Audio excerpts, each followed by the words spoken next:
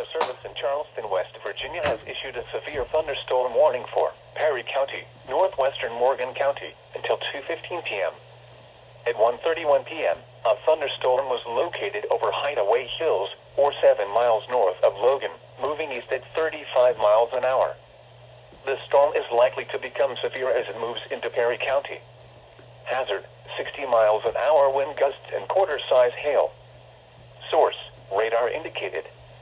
Impact, hail damage to vehicles is expected. Expect wind damage to roofs, siding, and trees. Locations impacted include New Lexington, Somerset, Shawnee, Perry State Forest, Crooksville, Junction City, New Straitsville, Corning, Glenford, Hemlock,